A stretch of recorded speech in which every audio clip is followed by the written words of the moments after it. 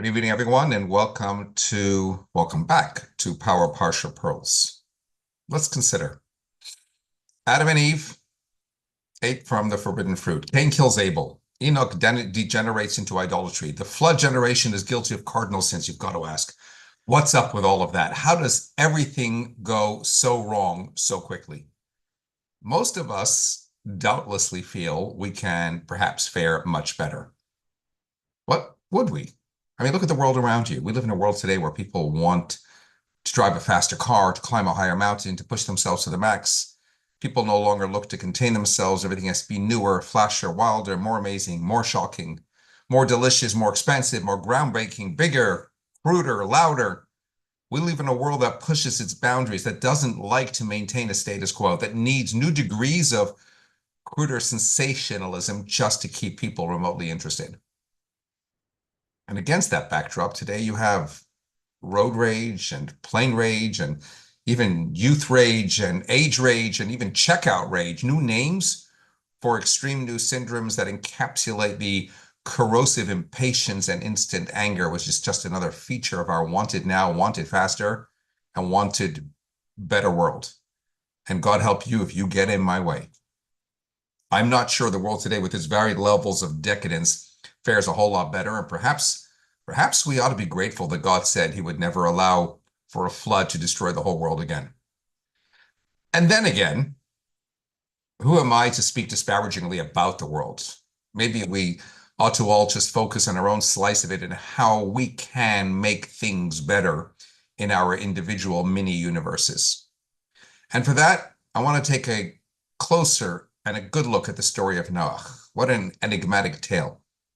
You know, I realized I was getting old when, it must have been about 9 years ago, Sari, my youngest daughter, then only 7 years old, asked me, were you on Noah's Ark? And I looked at her, and it was at a Friday night table. I said, no. And she said, well, then how did you survive the flood? Who cannot help but be intrigued by the story of Noah? It's a story filled with intrigue and suspense and tragedy and triumph. We look to Noah as a hero, the only upright citizen of moral standing in a world that has gone mad.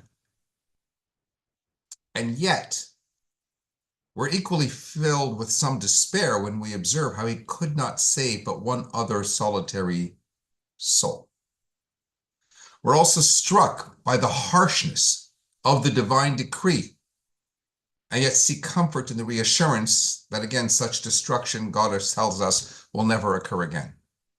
So beyond everything else, notwithstanding the nitty-gritty of the story, what meaningful lessons can we learn from that flood story that can be applied in the practical realms of our personal lives to teach us, indeed, how we might be able to create a better world?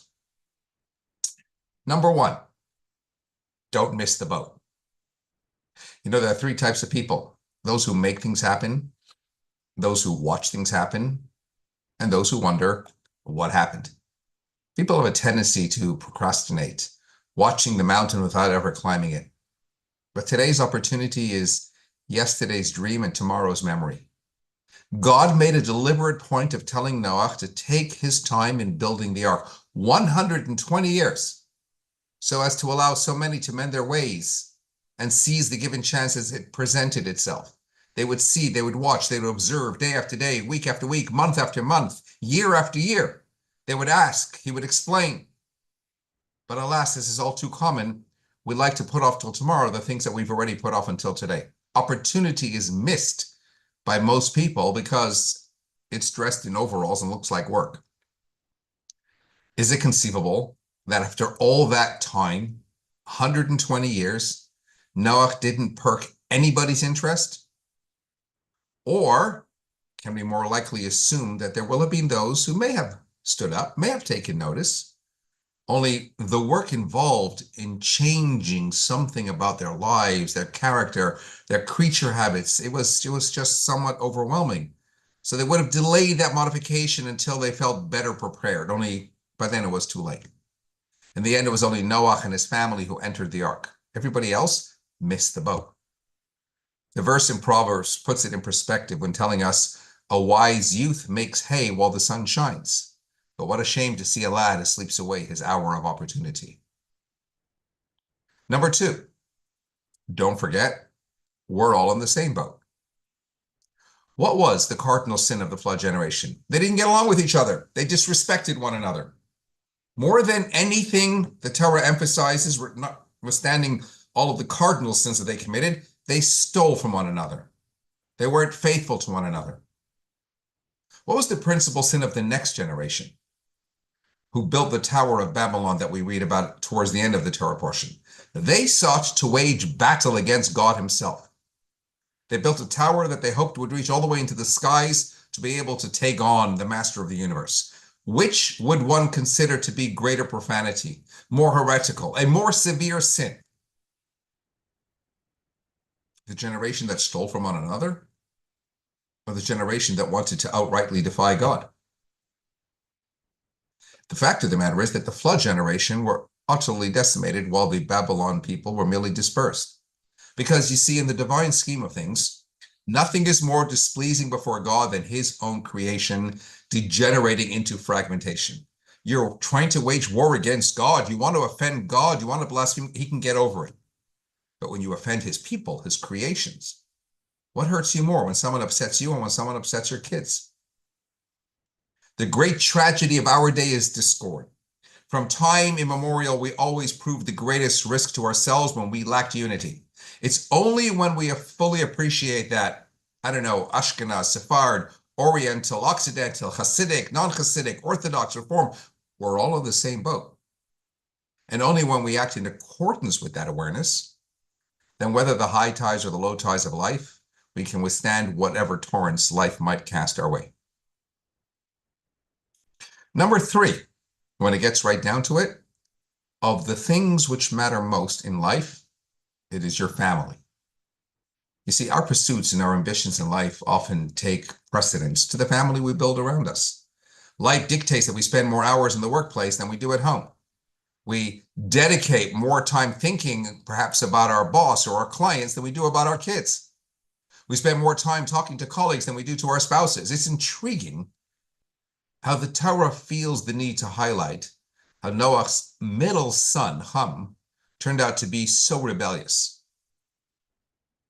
On the one hand, you'd think the many years Noach again has spent building the ark would have prompted conversation about God, the universe. That might have made an impression. It might have impacted on the child.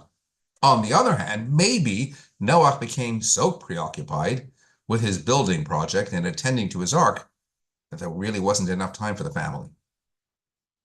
I remember some years ago, an elderly, eminent doctor, a member of the male health community, came unannounced to my home just as my wife was running in one direction and I was dashing out the front door in the other, and he stopped us both dead in our tracks with his simple yet penetrating question. What are you rushing for? Why are the youngsters of today always running about? He's right, of course. Speed isn't always an advantage. After all, the snails were on the same ark with the cheetahs. Somewhere we have to pause and reflect on how to redress the balance in our lives and slow down long enough to concentrate on those things that are of real, meaningful, and lasting importance. Number four, don't listen to critics. Just get on with what has to be done. One of the biggest frustrations in life is when one sets their mind to doing something only for their objectives to be shot down by others. You have grand ideas, you share them, other people tell you can't be done, or they mock you. Some might mean it in an honest, constructive sense, but there are always others who disparage you only because they know you're right. Again, over the many years that Noah spent building the ark, he faced scorn and ridicule. The Torah tells us at one stage, they sought to demolish the ark. Many people lack the courage to pursue religious aims or the conviction to follow their dreams for fear of scorn. Nothing can be more crippling for personal growth. Thus does the code of Jewish law stipulate in its opening passage, do not be intimidated by those who seek to ridicule. All too often the truth hurts, and sometimes the intensity of the scorn proves you really are onto something. Noach teaches us that real success is the ability to build a firm foundation from the bricks that others throw at you. Ignore your critics and build your ark. Number five, Remember, the Ark was built by amateurs. The Titanic was built by professionals. There's a fine balance we all have to find in life, where on the one hand, we have to be aware of our personal talents so we can best apply them to our life's model, but never to the point of believing yourself invincible or indispensable. Self-esteem and humility are not paradoxical. Believe in yourself. Believe in your abilities. Know that, yes, I can do this, because if you don't, how do you expect anyone else to believe in you? Have faith in yourself. Have faith in your abilities. Without a humble but reasonable confidence in your own powers, you cannot be successful or happy. Most of all, believe in yourself because God believes in you. Know that what you achieve is because your capacity and genius are divine gifts with which you are intended to make your difference. Noach, Abraham, Moses, and others besides all cast initial doubt on the missions with which they were charged. Surely they knew that when being presented with a divine duty, they would prevail, but they had sufficient humility to realize that no man nor mission is unsinkable, and that ultimately it's only with God's help and guidance that we can remain buoyant in life. And finally, number 6, no matter what the storm, when God is with you, there's a rainbow waiting. It's a fact. Life is filled with trials and tribulations, where sometimes we see God through the haze, and at other times the density of the darkness distorts our vision, leading to despondency. When the deadline was reached and reality started to dawn, again, the Torah tells us even Noach entertained doubts before embarking. And it was only when God forced him into the ark through the floodwaters that he acquiesced. You see, when one confronts challenges of whatever sort, we can be overwhelmed with emotion and therefore resistant to lucid analysis.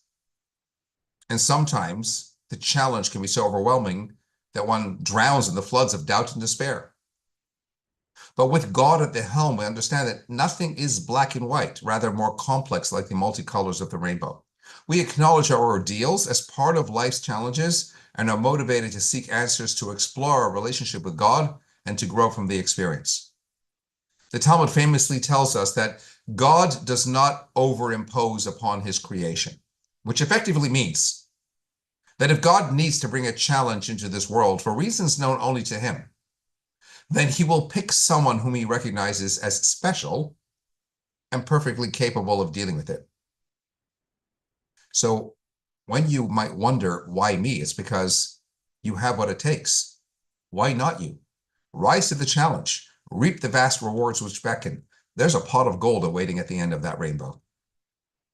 Noach demonstrates more than simply how to survive bad weather in an animal-packed boat built before power tools, air conditioning, and indoor plumbing. It's a lesson for life, which is often like paddling upstream. Not to advance is to draw back. And even in deep water, if we tread enough, we can always stay afloat. It exposes some universal human truths, and the story inspires us to take the helm in our own personal voyages. And above all else, to demonstrate what it means to be a Jew, especially today in the choppy waters of our modern 21st century civilization, to prevent society from drowning in its own cataclysms and bring that rainbow, that promise of salvation to all of mankind. It's a story of man and his family struggling to survive. And when we apply those lessons to our life, it'll help us to be able to ride the rapids of life. Wishing you all a Shabbat Shalom.